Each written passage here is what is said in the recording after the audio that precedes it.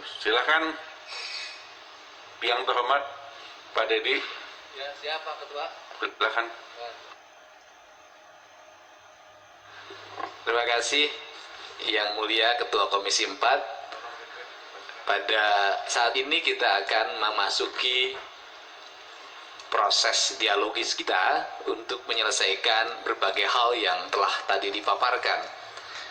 Dengan titik sentral utama adalah pertama, pupuk.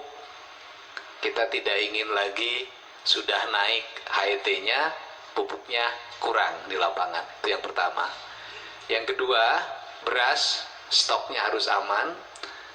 Dan Pak Kementan sebagai Panglima Perang pembela petani, jangan jatuhin lagi harga beras yang sudah murah sekarang. Menurut saya sangat murah, dengan perilaku oknum yang mengatasnama BUMN melakukan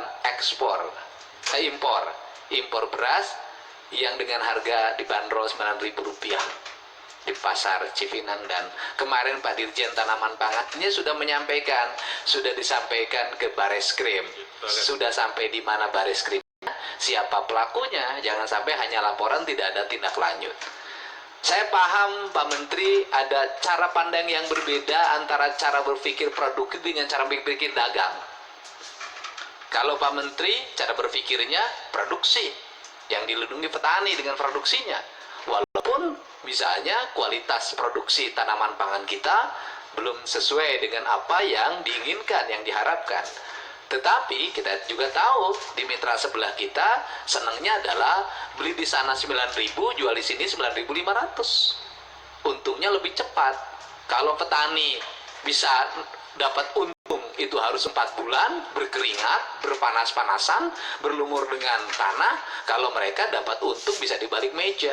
Saya selalu membagi 2 kualifikasi. Di Indonesia ini ada 3 kualifikasi.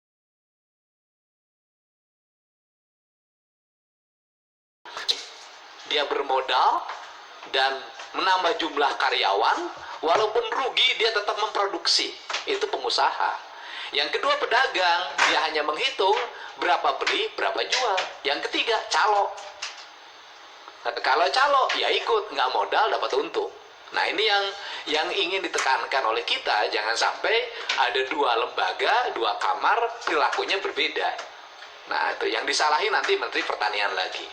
Kemudian yang berikutnya adalah fokus anggaran. Refocusing ini kita ingin harapkan, fokus anggaran sekarang itu adalah mendorong pada apa yang menjadi kebutuhan publik. Saya kemarin tegaskan kepada Dirjen, misalnya di pengadaan. Kalau kira-kira pengadaan tidak efektif, ngangkut sapi dari satu provinsi ke provinsi lain, kenapa tidak dibuat dengan pola bantuan keuangan seperti yang dilakukan dengan pola UPO? Ternyata di lapangan, sapi yang pengadaan Kementan dengan sapi yang UPO diadakan oleh masyarakat jauh lebih gede. Yang diadakan oleh masyarakat lebih simpel, membuat ekonomi berputar. Kenapa? Belinya di pasar desa. Bandar lokalnya kebagian untung. Jadi semua ekonomi yang kita harapkan ini tidak hanya dikelola oleh para pengusaha tertentu. Nah kita harapkan di refocusing ini kita tidak akan mengurangi alokasi di kementerian, tetapi alokasi yang bersifat aspirasi masyarakat, mohon itu digeser. Tidak dalam bentuk pengadaan, tetapi dalam bentuk pengadaan oleh masyarakat lewat bantuan keuangan. Tinggal geser-geser di tingkat dirjen atau di internal dirjennya. Yang berikutnya adalah pengadaan alat mesin. Di tempat saya beberapa alat mesin tidak bisa digunakan karena tidak cocok dengan tanahnya, dengan kelenturannya, dengan ketinggian sawahnya gitu. Akhirnya nganggur di rumah. Nah, ke depan menurut saya bisa saja kalau alat mesin yang tidak efektif itu digeser saja, masih di bidang infrastruktur, digeser ke infrastruktur pertanian. Ada irigasi yang harus segera dibenahi, ada jalan menuju areal harus dipenuhi, ada saung-saung atau saung-saung di sawah tempat pertemuan rakyat harus dipenuhi, ada leit-leit yang Pak Menteri selalu menyampaikan, tempat penyimpanan padi yang sekarang mulai langka di setiap desa, tiap RW, yang harus dibangun. Biarkan mereka secara otonom membangun sendiri. Saya tadi di belakang menyampaikan, Toh kita harus belajar pada kampung adat di Baduy, di Cipta Gelar, di Sinar Resmi. Tanpa bantuan PPL, tanpa kepala dinas pertanian, punya varietas padi sendiri, unggul, kemudian lumbungnya penuh, bahkan cadangannya 100 tahun ke depan mereka masih punya padi yang utuh. Dan yang paling menarik hari ini adalah di Baduy tidak ada kepala dinas kesehatan, tapi tidak ada COVID. Artinya kecerdasan itu harus kita utamakan. Kenapa kita tidak cerdas? Karena sekolah kita di luar negeri. Sekolah di luar negeri kita harus mengikuti pikiran orang luar negeri. Orang luar negerinya jualan sama kita, sehingga kita menjadi agen jualan barang mereka. Paradigma inilah yang harus dibangun. Termasuk barangkali saya tegaskan di sini, yang berdosa sama petani itu kita. Dululah kita yang merubah pertanian organik menjadi pertanian pestisida. Ibu kok yang punya dosa dulu, ya Bu ya. Tahun 78 zaman PPL gitu kan, pakai motor trail merek Honda. Saya kan ngalamin, suka ikut nanam kacang kedelai gitu kan, gitu loh. Kita yang merubah. Nah tiba-tiba setelah dirubah mereka tergantung, makin banyak kebutuhannya, negara mulai hitung-hitungan. Karena saya tahu negara hari ini ngitung kalkulasinya beda. Mendingan kalau Pak Menteri punya latar belakang pertanian. Kan kebanyakan yang suka ngitung uang tuh nggak punya latar belakang pertanian. Bapaknya bukan petani, bapaknya orang perbankan.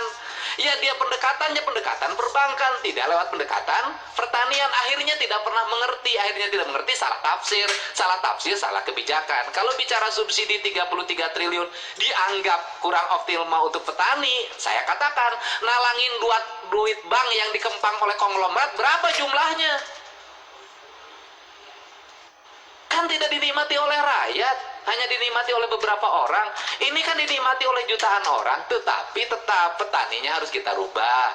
Pupuk organiknya harus segera dikembangkan agar mereka punya. Nah, maksud saya begini, rumusannya adalah bahwa nanti itu bantuan peternakan harus terintegrasi dengan pertanian. Jadi sapi itu modal untuk pupuk organik, domba itu modal untuk pupuk organik.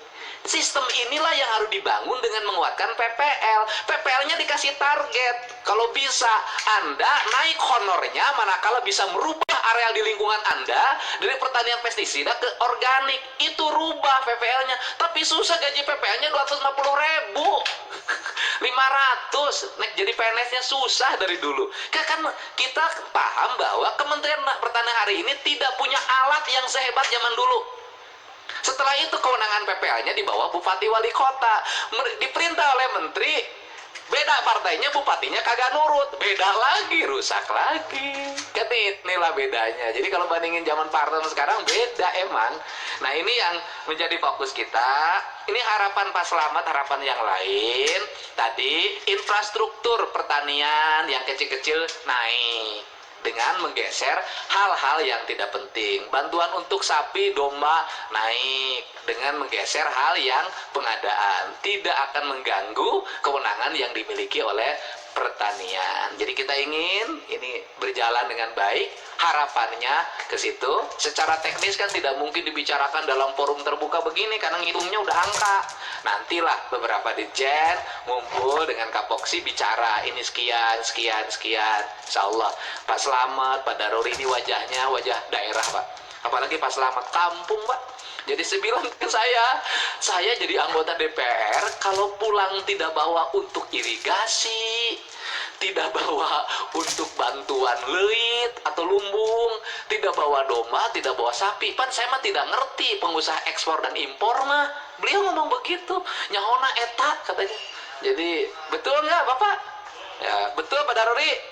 Nah, kalau dipimpin sama saya kan senyum semua. Cepet Pak pulpennya geserin. Kalau lagi disenyum jangan nunggu saya galak.